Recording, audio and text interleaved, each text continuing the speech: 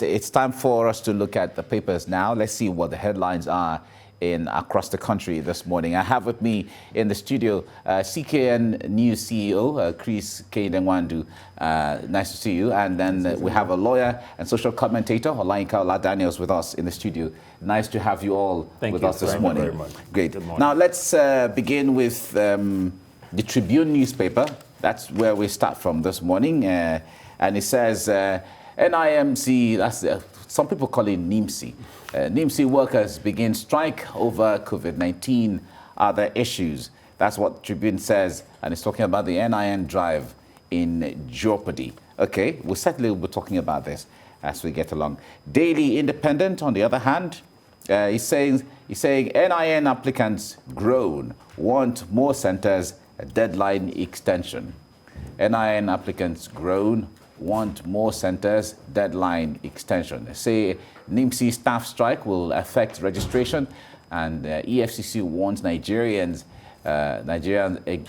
against sale of NIN. Okay, we're hearing of some money is being paid for adjustments and things like that. We'll talk about this eventually. Blueprint newspaper is next. Blueprint says federal government declares 2 million displaced by insurgency and banditry. All right, and terrorist encounter with troops reducing. The defense headquarters is saying this. It says we're changing tactics. Gunmen kill police, abduct 5 in Niger State. Those are security issues there on the Blueprint newspaper. Business Day is next now. Business Day says inefficiency, high costs keep COVID-19 testing out of reach. A second wave drives demand for more resources. Okay, that's Business Day. Daily Times is the last one we're looking at right now. Federal government orders electricity tariff reversal. Daily Times. Daily Times says federal government orders electricity tariff reversal. Okay. Recall that the NLC and the trade unions had threatened and told government to reverse it. Otherwise, they were going to see an industrial action in that regard. All right, let's come to the studio now to talk about some of the issues right now. Gentlemen, so one of the issues making a round now is the NIN registration that the Ministry of or the government has said that everyone has to link their numbers to their national identity number and give a time frame. And then those who had not had the NIN number started running to the centers to register, and then had influx of human beings, in many of the centers across the country. But we hear the workers are going on strike now due to a lot of exposure to COVID-19. I wonder what you're hearing or what you're assessing, CKN. Well, Mike, what I'm hearing is what you're hearing. You could be hearing more. So we're both hearing. But seriously, is something that's foretold for me. If it's like American election, they say it's projected. Yeah. So some of us have already projected this. That's going to happen. Because the problem with us is the way we come out with policies and implementations. Most often than not, the government talks from both sides of their mouth. Ask me why. Because you are telling people, we just finished talking to Alibaba, and he has given his experience at the isolation center and the issue of COVID. You are the same person telling people to stay away from each other, use face masks, isolate yourself, wash your hands, blah, blah, blah, don't gather, all sorts. You'll be going around closing event centers, driving people from asking people not to go for parties and the rest of them, going to nightclub, sealing it up and revoking licenses. You are the same government that come out to say, oh, now it is time for registration, let us go, we have to capture over 100 million people within 2 weeks, blah, blah, go and do that.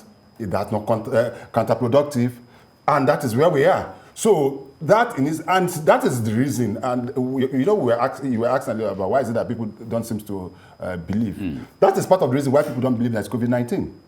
Because if you say actions of government, you cannot be saying something and at the same time saying another thing and try to make people to believe. You tell people not that, oh, don't congregate, don't be in a place where you can be more than 50 or thereabout. Closing telling churches not to have crossover nights, telling churches that there must not be more than 50% within this thing. And some pastors and bishops have been saying that this thing is not real and real. But you are the same person that not saying people, we are giving you time frame within short period, go and register yourself. So that itself becomes a problem. So it is counterproductive. Then now, if you have gone to any of the NIMC or NIMC, whatever we call it, centers, you'll be shocked. Now, we are talking of Nigerians, we are talking of applicants.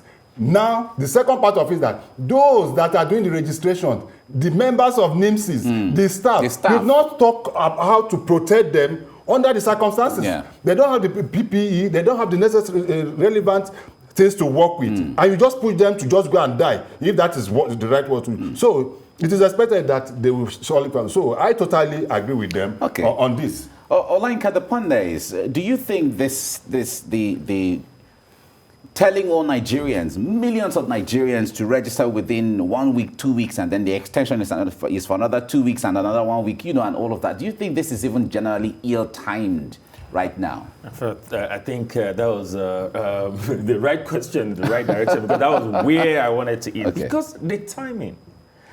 About extension, I don't care about the extension. I don't care about that. I care about the timing.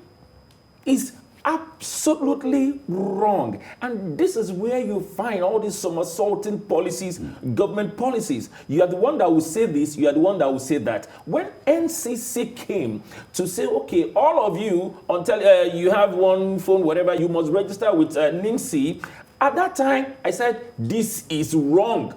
Some of us made noise, but they will never listen. And again, I ask, if you look at the timing, globally, we know what is happening. We know that people are not supposed to converge together. Yet, when you are talking to Nigerians again, and you know our people, once you put them under pressure and you put them under emergency, everybody wants to go out and do that thing you say they should do at the same time. So you're going to have that kind of crowd at those registration centers. Unfortunately, I am of the opinion that if the government is thinking, or the people that are in the end of affairs, if they have the right thinking, there's nothing stopping them to, this thing can be done online.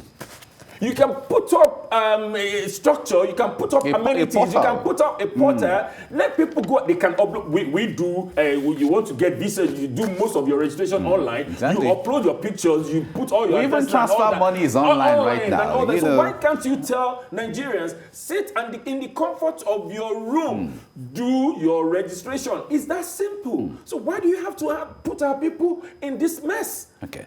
Well, we have to leave it here now due to want of time. But however, this is a wake-up call to the government, whether to take a whole look at it as to whether this has to be, put on hold for now due to COVID-19. But the NIMC staff are saying they're going on strike for several reasons. They talked about salaries, they talked about exposure to COVID-19, they talked about inadequate tools to work with, and all of that. Yeah, and promotions, backlog of promotions and all of that. So I guess government will look at all of those. Thank you so much, Olayinka Daniels, for coming on the program. Thank you very much for having us. All right, Chris Keningwandu, thank you very much. Thank you very much for having Thank you. Right.